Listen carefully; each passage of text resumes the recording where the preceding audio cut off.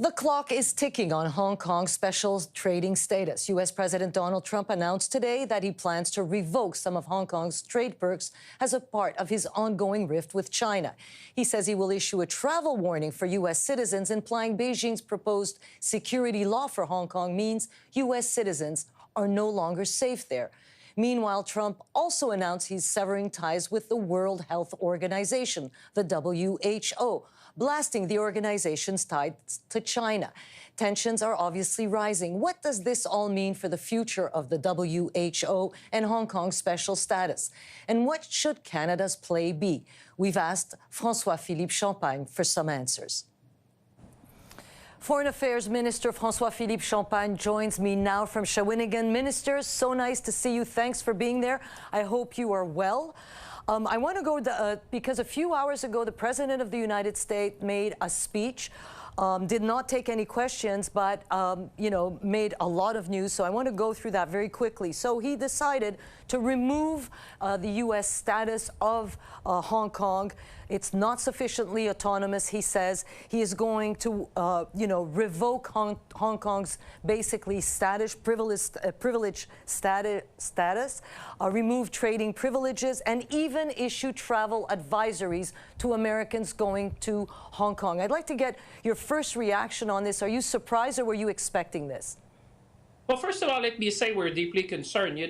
If you step back, the one country to system is what made Hong Kong what is Hong Kong today, which is a big trading and financial hub in Asia. And certainly we are concerned, very concerned, that the imposition by Beijing of a national security law would erode the foundation of that. And certainly what we're doing with our allies, you've seen we made two statements already, but what we're looking with our allies is the implication, the ramifications that decision by Beijing could have on all the arrangements we have with Hong Kong. So we're going to continue to consult with our allies and certainly look at the implication. It's probably too early to tell, but we're certainly going to look at what does that mean specifically for the specific arrangements we have as Canada in place with Hong Kong. It definitely would have, obviously, an impact on Canada. The United States acted unilaterally, as you are talking with allies to see, and you are making your statements and sending out statements about Hong Kong. Will you issue, because he says it may become dangerous for Americans to travel to Hong Kong, will Canada issue a travel advisory as well?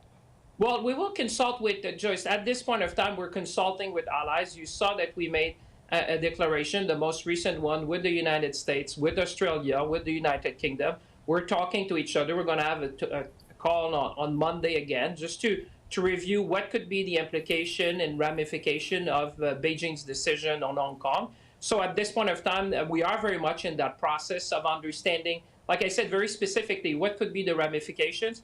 We'll be talking with our allies. We're going to be acting. We are in touch very much with the United Kingdom, which, as you know, because of the history of Hong Kong, has a vested interest. We do have a vested interest as well in the prosperity and stability of Hong Kong. We have what the president announced today is definitely going to have an impact on Canada, because not only the Chinese are changing the status of Hong Kong, but America's relationship with Hong Kong is changing, impacting you, the Brits, and everybody else.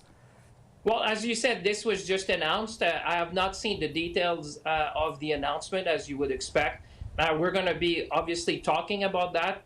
I expect to talk to my U.S. counterpart and British counterpart, for that matter, and Australian and New Zealander on Monday. So we'll have a chance to discuss about these issues. It's probably, as you said, this was just announced, so we'll have to understand the implication. But, Canadians, decisions which impact Canadians are taken in Canada by Canadians. So we're going to make our own decision. We're going to review the facts and the implications, like I said, the ramifications of that. This is very much a live issue as we speak, and Canada is at the forefront with our allies with respect to the situation in Hong Kong. The United States is pulling out. It's some $400 million financing or annual financing to the WHO. What is Canada going to do? Are you going to increase your contributions to the WHO? Well, we said from the beginning that at the appropriate time, and I think the Prime Minister has been very clear, at the appropriate time, we need to ask very hard questions with respect to the leadership, the financing, the alert system when it comes to the World Health Organization.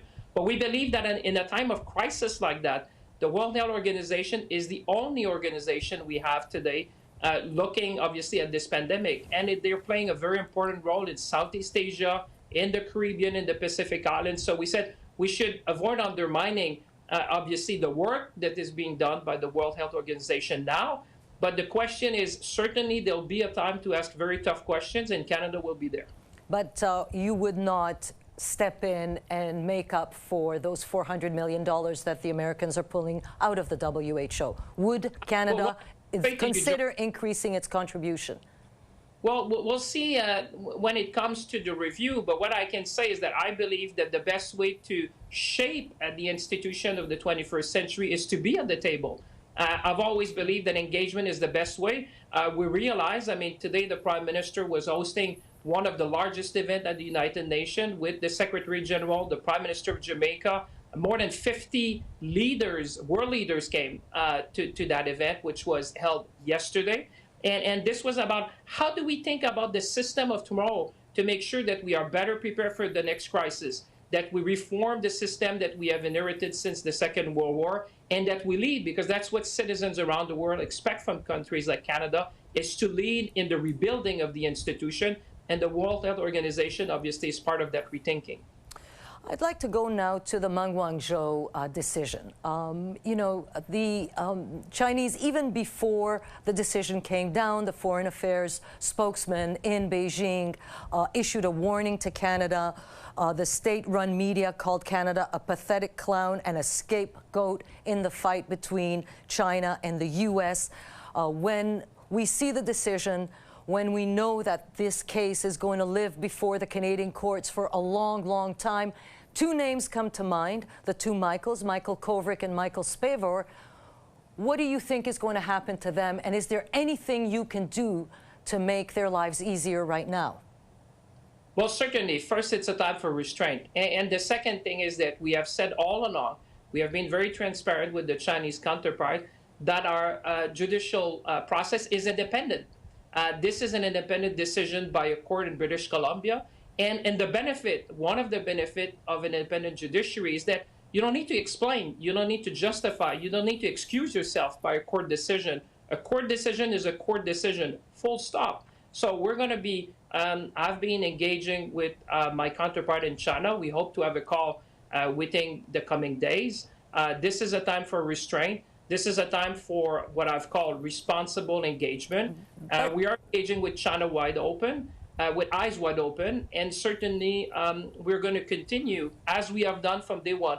My first and foremost priority is to obtain the release of Michael Kovrig, Michael Spavor, to get clemency for Mr. Schellenberg and all the other Canadians which are facing death penalty. And I've said from the beginning, what you need now is principled and smart engagement when it comes to China. That's the policy we have pursued. The decision in the Meng case was on a motion. The judicial process is going to continue. But as far as I'm concerned... As long as...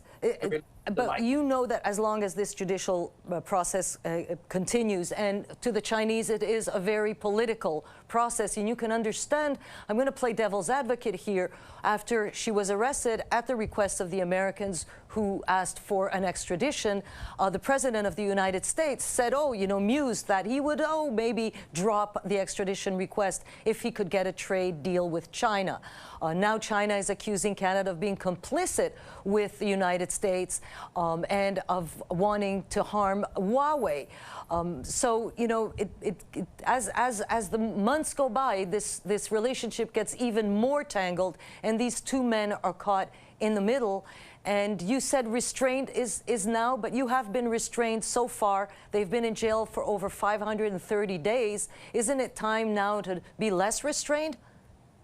Well, I would say at this time where, you know, we had this this decision which came out, what I was saying, what I've said to the Chinese counterpart is for them to be restrained when it comes to, because we said that in Canada, the judicial is independent. That's one of the great benefits of our country. We believe in the rule of law. And I would say, Joyce, let's make a big distinction. The Meng case is a case where Canada is applying an extradition treaty where the defendant is provided with due process, has the benefit to go in front of an independent judge. We make independent decision. When you look at the case of Michael Kovrig and Michael Spavor, you're talking about two Canadians which have been arbitrarily detained for more than 500 days. That's 500 days too much. These gentlemen are arbitrarily detained. It is very different. We have said that to the Chinese counterpart. And I would say, Joyce, smart and principled engagement is not weak. That's the smart thing to do in the circumstances, because we need to keep in mind that our first and foremost priority is to get the release of the Michael. We have engaged the international community.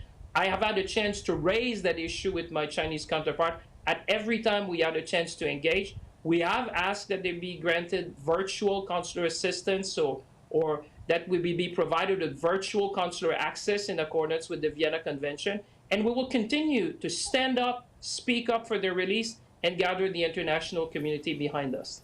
And the Meng Wanzhou decision this week does not make this any easier for you or for the two Michaels. Francois-Philippe Champagne, thanks so much for taking the time to talk to us.